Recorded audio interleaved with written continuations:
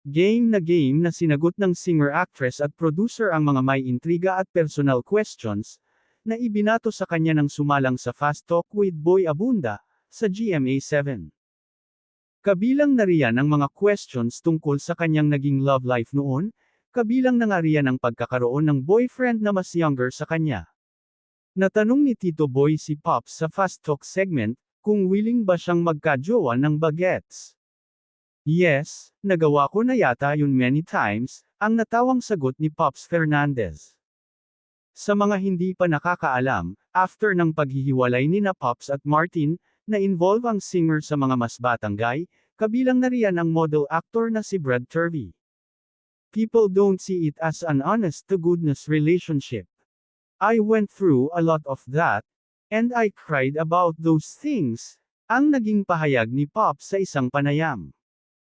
Samantala, diretsahang inamin ni Pops na may mga politician din na nanligaw sa kanya, ngunit wala siyang sinagot sa mga ito, dahil single ang gusto niya.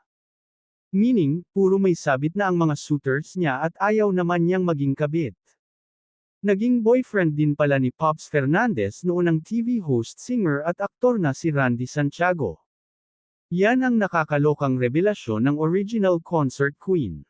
Ang bilis kasi ni Ratsky. Ganon siya katinik.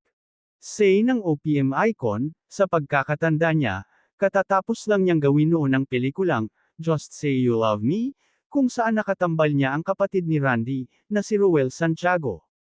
Naging boyfriend ko si Ratsky over the phone. And I think back then, my girlfriend din si Randy that time, pagbabahagi ni Pops. Hindi ko lang alam kung alam niya dati, na girlfriend ako ni Randy on the phone. Now, alam na niya, ang natawang say pa ni Pops. Bukod dito, inamin din ni Pops, na niligawan siya ni Mr. Pure Energy Gary Valenciano, ilang dekada na ngayon ang nakararaan. Pinormahan daw siya noon ni Gary V, pero hindi ito nauwi sa isang seryosong relasyon. Nanligaw, he would call me till wee hours of the morning. Siyempre, kilig-kilig naman ako, say ni Pops. Pero hanggang doon lang daw yun at hindi na sila nagkaroon ng chance na maging lovebirds.